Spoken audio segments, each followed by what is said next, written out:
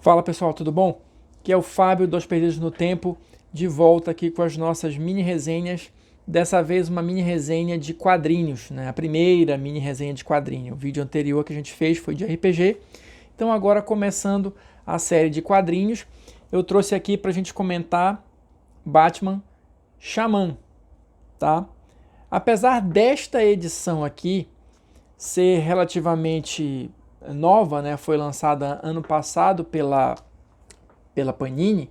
Essa história do Batman Xamã, na verdade, ela já foi publicada outras vezes aqui no Brasil, né?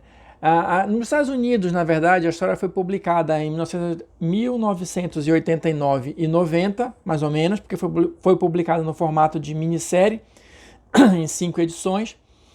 E nesse formato foi também a primeira publicação dela aqui no Brasil, em 1991. Faz tempo já, né? Também como uma minissérie. Na verdade, aqui no Brasil, ela foi a primeira minissérie do que ficou conhecido como Um Conto de Batman, né? Era uma série de minisséries com esse nome, Um Conto de Batman, e com diversos autores diferentes e histórias passadas em períodos diferentes também, mas geralmente abordando os primeiros anos da carreira do Batman, né, do Cavaleiro das Trevas. E, na verdade, nos Estados Unidos, essas histórias elas eram um título mensal do Batman, né? Lendas do Cavaleiro das Trevas, salvo engano.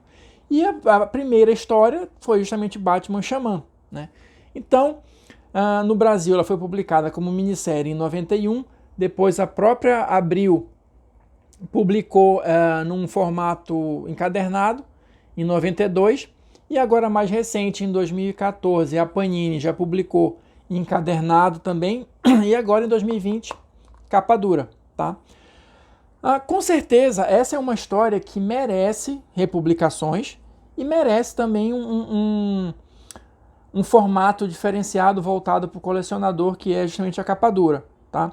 Eu não acho que todos os lançamentos que saem em capa dura realmente deveriam ser, né? Porque a gente sabe que isso encarece, mas no caso do Xamã, eu acho que merece sim, tá? A Xamã, ela foi escrita pelo Dennis O'Neil, que para quem já conhece um pouquinho do Batman, sabe que o Dennis O'Neil foi um dos responsáveis por aquele resgate, né, do Batman na década de 70, mais ou menos, ali 70, acho que até 80 um pouco, trazendo de volta o lado um pouco mais sombrio, né, do Batman, aquela questão do Batman mais detetive, né, para quebrar um pouco do que estava sendo feito antes, que ainda era muito influenciado pela série de TV do Batman na década de 60, né, que eram aquelas histórias mais leves, mais pro lado da comédia mesmo, escrachada e tal. Então o Danny O'Neill, junto com o Neil Adams, eles trouxeram o Batman de volta para as origens mais sombrias e detetivescas, né, vamos falar dessa maneira. Mas aqui no Xamã a gente tem o Dennis O'Neill com o Ed Hennigan, tá? Que também é um artista que eu gosto muito. Talvez ele seja mais conhecido aqui do público brasileiro pelas histórias que ele desenhou do Arqueiro Verde na antiga revista dos Caçadores, né? Também é uma série bastante elogiada. E o Ed Hennigan, eu vou mostrar aqui para vocês, ele tem um traço um pouco mais realista, né? Então, assim, os personagens eles não são muito exagerados, não tem aquela coisa do corpulento, né? Do músculos desproporcionais e tal, nada disso. Ele é um artista muito focado na realidade mesmo, né? Ó, as expressões, o tipo físico das pessoas não é nada exagerado, mas ainda assim ele consegue criar cenas muito bonitas com o Batman, tá? Como por exemplo essa aqui, né? Você vê a qualidade do traço dele aqui, sem exagero, sem, né, grandes, sei lá, não sei nem como descrever. Mas assim, o que eu quero deixar claro aqui é justamente isso, é essa pegada mais realista e menos exagerada que eu particularmente gosto muito. Olha, por exemplo, essa aqui, esse Batman aqui. Ó, simples, porém eficiente. Aliás, esta história aqui, como eu falei lá atrás um pouquinho, é ambientada no início da carreira do Batman. ela até faz algumas menções, algumas interligações com Batman Ano 1, do Frank Miller, né? Acho que algumas partes dela, salvo engano, caminham meio em paralelo ali e tal, mas não é necessário você ter lido o Ano 1 para entender Xamã, de forma nenhuma. Xamã,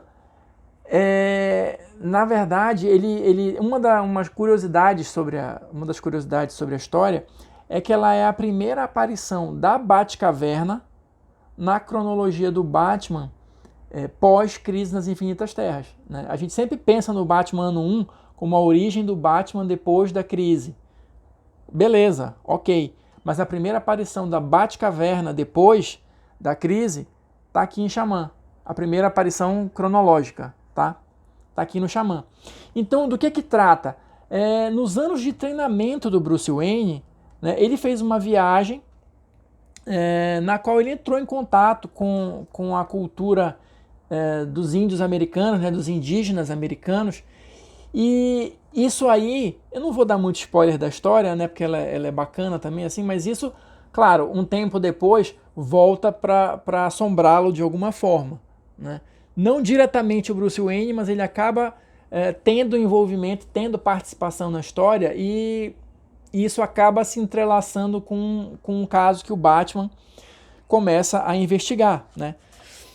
Um caso que envolve artefatos, né, religiosos, místicos, né, das tribos indígenas, e também rituais, né? O xamã que dá nome à história.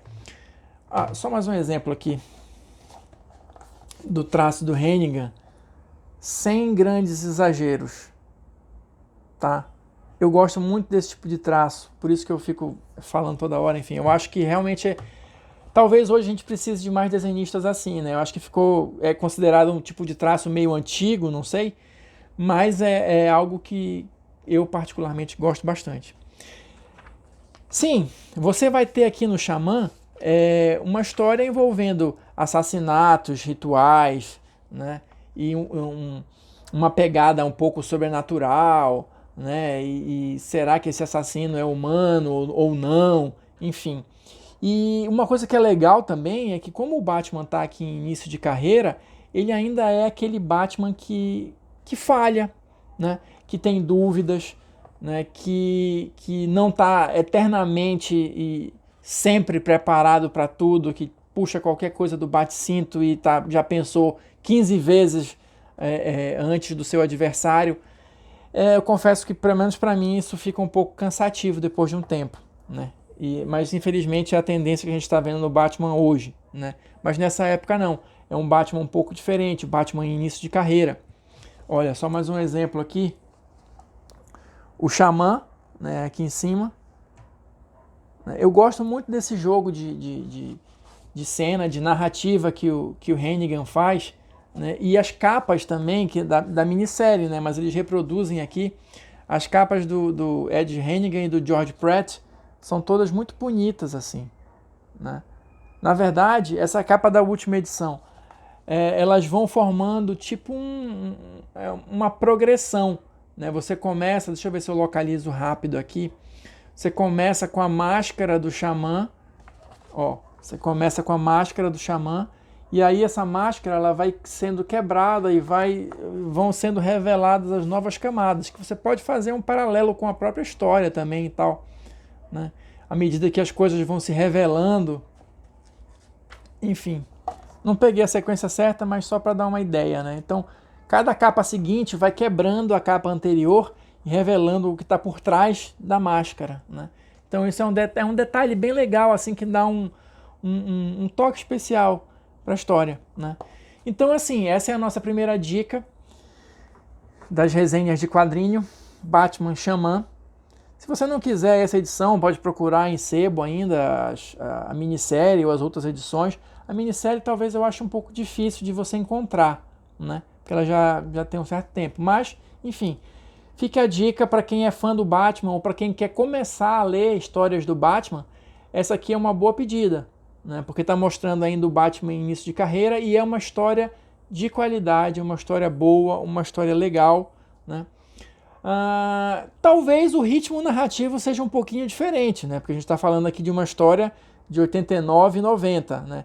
A narrativa gráfica, a maneira de você contar a história, o ritmo, né, mudou um pouco ao longo dessas décadas, mas Shaman, na minha opinião, continua sendo uma das histórias clássicas do Batman que merece ser conhecida pelos fãs novos e relida sempre que possível para a galera que já tem mais tempo de estrada e mais tempo de Batman na cabeça, beleza? É isso, pessoal, espero que vocês tenham gostado da nossa primeira mini resenha. E a gente vai voltar em breve aí com outras dicas, com outras edições, com outras histórias que sejam interessantes ou legais de ler, assim, que agreguem alguma coisa. Tá certo? Valeu, pessoal. Até a próxima. Fui!